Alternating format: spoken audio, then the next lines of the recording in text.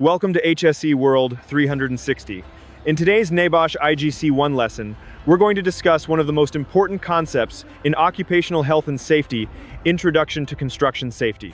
Construction is one of the world's largest industries, employing millions of people and building the homes, roads, bridges, hospitals, factories, and infrastructure that support our daily lives.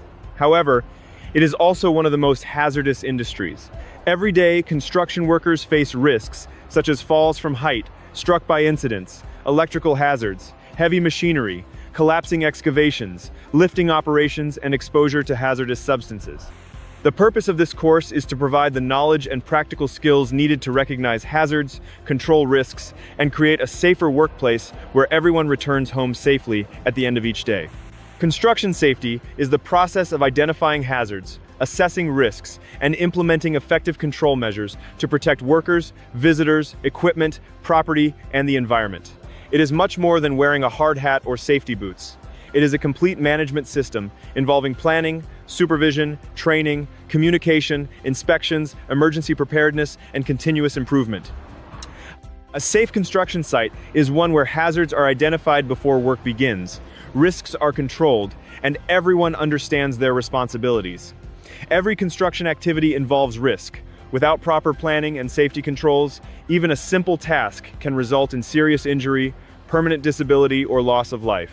Construction safety protects people, reduces project delays, improves productivity, minimizes financial losses, ensures legal compliance, and enhances a company's reputation.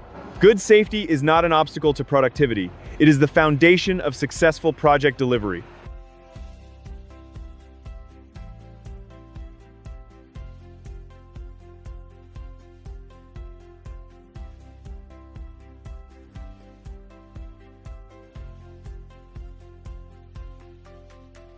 Across the construction industry, 4 hazards are responsible for a significant proportion of fatal injuries. These are commonly known as the Fatal 4. 1. Falls from height. 2. Struck by incidents. 3. Electrocution. 4. Caught in or caught between hazards. Understanding and controlling these risks can prevent many serious injuries and fatalities on construction sites. Construction safety is a shared responsibility. Employers must provide a safe workplace, suitable equipment, competent supervision, training, and emergency arrangements. Supervisors must monitor work, enforce procedures, and correct unsafe behaviors. Workers must follow instructions, wear required PPE, report hazards, and stop work when conditions become unsafe. Safety succeeds only when everyone actively participates. Not all safety controls are equally effective. The hierarchy of controls provides a structured approach to reducing risk. The most effective control is to eliminate the hazard completely. If elimination is not possible, substitute the hazard, apply engineering controls, implement administrative controls, and finally, use personal protective equipment as the last line of defense. This approach ensures that risks are managed systematically rather than relying solely on PPE. Construction safety begins long before the first tool is used. Every project should include hazard identification, risk assessment, method statements, permit to work requirements, emergency planning, equipment inspections, and workforce training. Good planning prevents unsafe situations and ensures that work is carried out safely and efficiently. Personal protective equipment, or PPE, protects workers from hazards that cannot be eliminated by other controls. The type of PPE required depends on the task and the associated risks. Workers must inspect PPE before use, wear it correctly, maintain it properly, and replace damaged equipment immediately. PPE saves lives, but only when it is used correctly. A positive safety culture exists when everyone believes that safety is a core value, rather than simply a rule. Strong safety culture encourages open communication, hazard reporting, teamwork, continuous learning, and visible leadership commitment. Organizations with a strong safety culture experience fewer accidents, higher productivity, and greater employee engagement.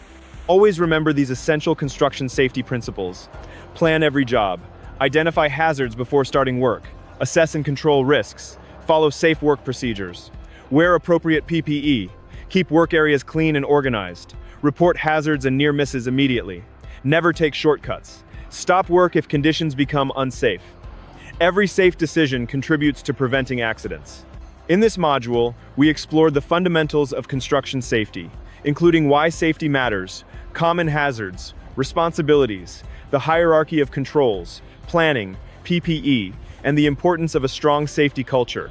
These principles form the foundation for every construction activity and will be expanded throughout the remaining modules. Remember, every incident is preventable when hazards are identified, risks are controlled, and safety becomes everyone's responsibility. Our next topic is Identify Common Construction Hazards. Based on NEBOSH IGC, OSHA 29 CFR 1926, ISO 45001-2018, and international best practices.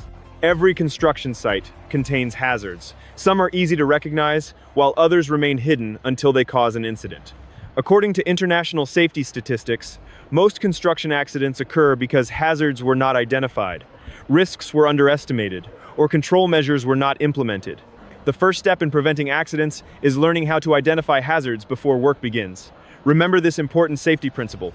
You cannot control a hazard if you fail to identify it. A hazard is anything with the potential to cause harm. Hazards may cause injury, illness, property damage, equipment damage, environmental pollution, production delays. Hazards are present in every workplace. The objective is not to eliminate all work, but to recognize hazards early and manage them effectively. Construction hazards can be grouped into several categories. Physical hazards such as noise, vibration, heat, and radiation. Mechanical hazards from machinery and moving equipment. Electrical hazards, chemical hazards, biological hazards. Ergonomic hazards caused by poor lifting techniques or repetitive work. Environmental hazards such as dust, weather, and unstable ground. Psychosocial hazards including fatigue, stress, and poor communication. Understanding these categories helps workers identify risks more effectively. Working at height is one of the leading causes of fatalities in construction. A fall from even a relatively low height can result in serious injury. Common causes include missing guardrails, unsafe ladders, improper scaffolding, unprotected roof edges, failure to wear fall protection. Always inspect access equipment before use and use approved fall protection systems. Objects falling from height present a serious danger to people working below. Examples include hand tools, steel beams, pipes, bolts, concrete debris. Preventive measures include securing tools, using tow boards, installing debris nets, and establishing exclusion zones. Heavy equipment creates struck by and caught between hazards. Workers may be injured when they enter blind spots, walk behind reversing vehicles, or stand too close to moving machinery. Effective traffic management, trained operators, and clear communication significantly reduce these risks. Electricity is often invisible, but extremely dangerous. Construction workers may encounter damaged cables, temporary electrical installations, overloaded circuits, contact with overhead power lines, underground electrical services. Always isolate electrical systems before maintenance and use approved testing equipment. Excavations can collapse without warning. Workers inside an unsupported trench may become trapped or suffocated within seconds. Other excavation hazards include underground utilities, flooding, falling materials, hazardous atmospheres. Never enter an excavation without proper protective systems and authorization. Lifting operations involve multiple hazards, including suspended loads, equipment failure, incorrect rigging, overloading, poor communication. Never stand beneath a suspended load and ensure lifting operations follow an approved lifting plan. Improper use of hand and power tools can cause cuts, amputations, eye injuries, and electric shock. Inspect tools before use. Use the correct tool for the job and never remove safety guards. Hot work activities such as welding, cutting, and grinding generate sparks that can ignite combustible materials. Always follow the hot work permit process. Remove flammable materials and maintain appropriate firefighting equipment nearby. Construction chemicals may cause burns, respiratory illness, skin irritation, or environmental damage. Always read the safety data sheet, wear suitable PPE, and store chemicals correctly. Cutting concrete, stone, or brick releases respirable crystalline silica dust. Long-term exposure can cause serious lung diseases, including silicosis and lung cancer. Control dust at its source and wear suitable respiratory protection. Prolonged exposure to excessive noise may result in permanent hearing loss. Continuous vibration from power tools may lead to hand-arm vibration syndrome. Use engineering controls where possible, and always wear hearing protection in designated areas. Manual handling injuries are among the most common workplace injuries. Poor lifting techniques may result in back injuries, muscle strains, and joint damage. Assess the load, keep it close to your body, avoid twisting, and seek assistance when necessary. Poor housekeeping creates unnecessary hazards. Loose materials, cables, debris, and spills increase the risk of slips, trips, falls, and fire. A clean worksite is a safer worksite. Weather can significantly increase construction risks. High winds affect crane operations. Rain creates slippery surfaces. Lightning threatens outdoor work, and extreme heat can cause heat stress. Weather conditions must always be assessed before and during work. Hazards can be identified by conducting workplace inspections, reviewing risk assessments, holding toolbox talks, reporting near misses, listening to workers, investigating previous incidents, monitoring changes in the work environment. Hazard identification should be continuous throughout the project. Before beginning any task, ask yourself, what hazards are present? What could go wrong? What controls are in place? Do I have the correct PPE? Am I trained and authorized? What is my emergency plan? If you cannot answer these questions confidently, stop and seek guidance. In this module, we explored the most common construction hazards. The most effective way to prevent accidents is to identify hazards early, assess the risks, and implement appropriate control measures before work begins. Remember, every accident starts with an uncontrolled hazard, but every hazard can be identified and managed through proper planning, communication, and safe work practices. Before any construction activity begins, one question should always be asked: what could go wrong? Every task from excavation and lifting to electrical work and concrete pouring contains hazards. The purpose of hazard identification and risk assessment is to recognize these hazards, evaluate the level of risk, and implement controls before anyone gets injured. Risk assessment is not simply paperwork. It is one of the most important tools for preventing workplace accidents. A hazard is anything that has the potential to cause injury, illness, damage to property, environmental harm, or interruption to work. Examples include working at height, electricity, heavy machinery, hazardous chemicals, noise, dust, excavations, moving vehicles. Hazards exist everywhere, but they only become dangerous when they are not properly controlled. Risk is the combination of the likelihood that a hazardous event will occur and the severity of the consequences if it does occur. For example, an open trench is a hazard. If workers are working close to it without barriers, the risk is high. If barriers, signs, and supervision are provided, the risk is significantly reduced. Many people confuse hazards and risks. Remember this simple rule: the hazard is the source of danger. The risk is the chance that the hazard will cause harm. Understanding this difference is essential for effective risk management. Risk assessments are conducted to prevent accidents, protect workers, comply with legal requirements, reduce financial losses, improve productivity, ensure safe planning, identify control measures before work begins. A well-prepared risk assessment saves lives and prevents costly incidents. A systematic risk assessment follows 5 basic steps. First, identify all hazards. Second, determine who may be affected. Third, evaluate the level of risk. Fourth, implement suitable control measures. Finally, review the assessment regularly, especially if work conditions change. Hazards can be identified by site inspections, worker observations, previous incidents, near-miss reports, equipment inspections, safety audits, manufacturer instructions, reviewing work procedures. The earlier hazards are identified, the easier they are to control. Risk assessments must consider everyone who could be affected. This includes employees, subcontractors, visitors, delivery drivers, inspectors, and even members of the public near the construction site. Different people may face different levels of risk depending on their activities and location. After identifying hazards, evaluate the level of risk. Most organizations use a risk matrix based on likelihood, severity. The higher the likelihood and the more serious the consequences, the higher the overall risk. High-risk activities require stronger control measures before work can begin.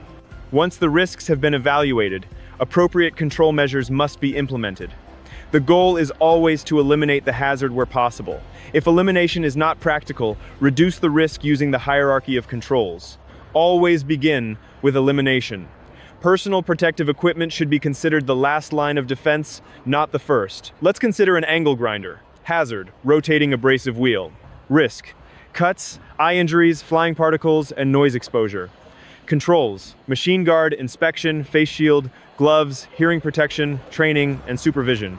Residual risk, low after all controls are implemented. Risk assessments are not static documents. Construction sites change constantly. Weather, equipment failures, new contractors, or changes in work scope may introduce new hazards. This is why workers must continuously assess risks during the job. Common mistakes include copying previous assessments without review, failing to involve workers, ignoring changing conditions, underestimating risks, treating risk assessments as paperwork instead of practical safety tools. Workers often know the job better than anyone else. Their experience is essential when identifying hazards and developing practical control measures. Good risk assessments involve everyone, not just supervisors. A job safety analysis breaks a task into individual steps. Each step is examined for hazards and appropriate control measures. This helps ensure that risks are identified before work begins. Risk assessments should be documented clearly. Good documentation supports communication, compliance, and continuous improvement. Before lifting structural steel, the team identifies hazards such as suspended loads, high winds, overhead power lines, and restricted access. Control measures include certified lifting equipment, trained personnel, exclusion zones, communication systems, and weather monitoring. As a result, the operation is completed safely without incident. Before starting any task, pause and ask these simple questions. A few minutes of planning can prevent a lifetime of consequences. In this module, we learned how to identify hazards, assess risks, and apply effective control measures using a structured approach. Remember, risk assessment is not about eliminating work, it is about making work safe. Every successful construction project begins with proper planning, hazard identification, and teamwork. Thank you for watching HSE World 360. Our next module is excavation and trenching safety. Excavation work is one of the most dangerous activities in the construction industry. Every year, workers are seriously injured or killed because trenches collapse without warning.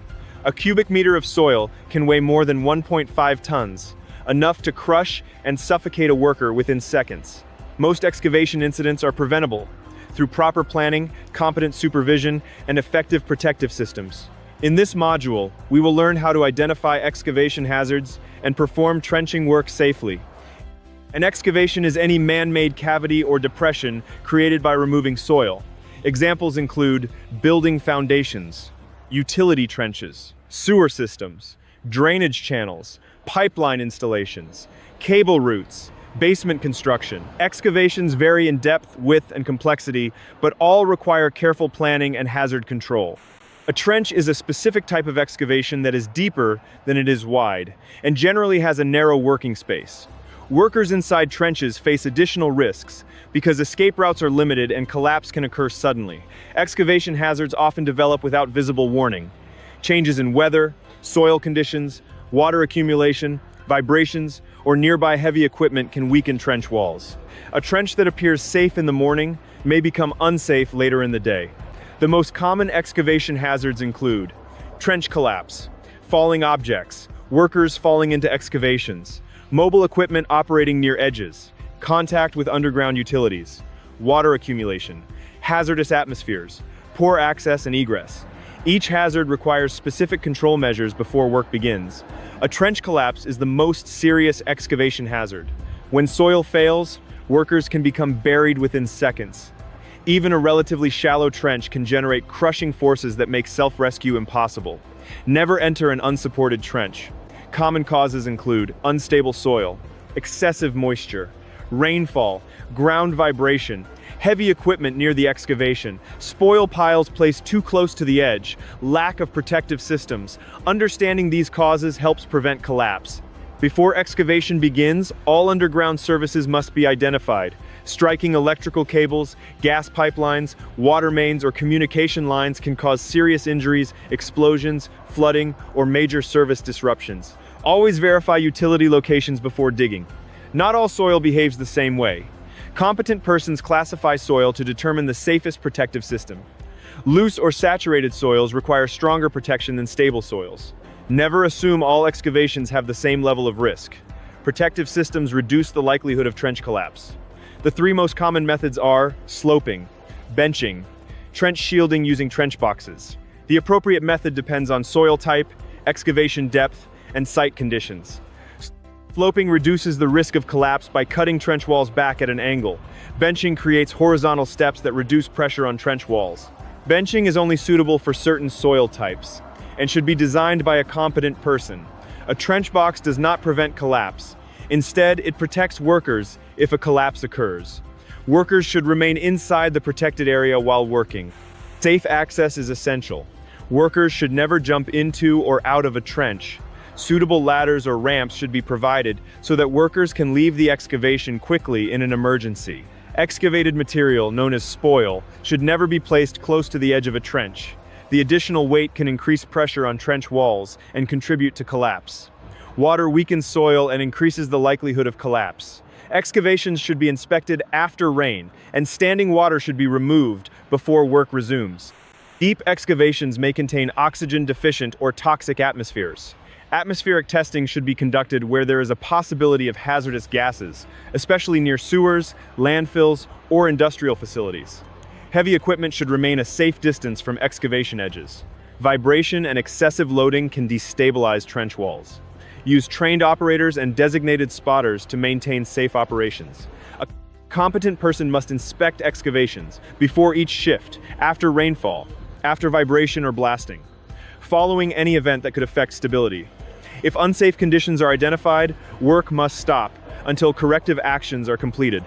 Many organizations require an excavation permit before digging begins. The permit confirms that hazards have been assessed, underground services identified, protective systems selected, and emergency arrangements established. If a trench collapse occurs, stop all work immediately. Raise the alarm, prevent further entry, contact emergency services. Keep heavy equipment away from the edge. Allow only trained rescue personnel to conduct the rescue. Unplanned rescue attempts can create additional casualties. During a drainage project, a supervisor noticed the missing protective system and stopped the work. A trench box was installed, spoil piles were moved away from the edge, and access ladders were provided. The task was completed safely without incident. This demonstrates the importance of recognizing hazards before work begins. Common excavation mistakes include entering unsupported trenches, failing to inspect after rain, ignoring underground utilities, poor housekeeping around the excavation, inadequate access and egress, lack of competent supervision. Avoiding these mistakes can prevent serious incidents. These simple rules save lives. Obtain an excavation permit, locate underground services, use appropriate protective systems, keep spoil piles away from the edge, inspect excavations daily, provide safe access, never enter an unsafe trench, stop work if conditions change. In this module, we learn that excavation work presents significant risks, but these risks can be effectively managed through proper planning, hazard identification, protective systems, competent inspections, and emergency preparedness. Always remember, identify the hazard, assess the risk, use the correct protective system, inspect before entry, never compromise on safety. Thank you for watching HSE World 360.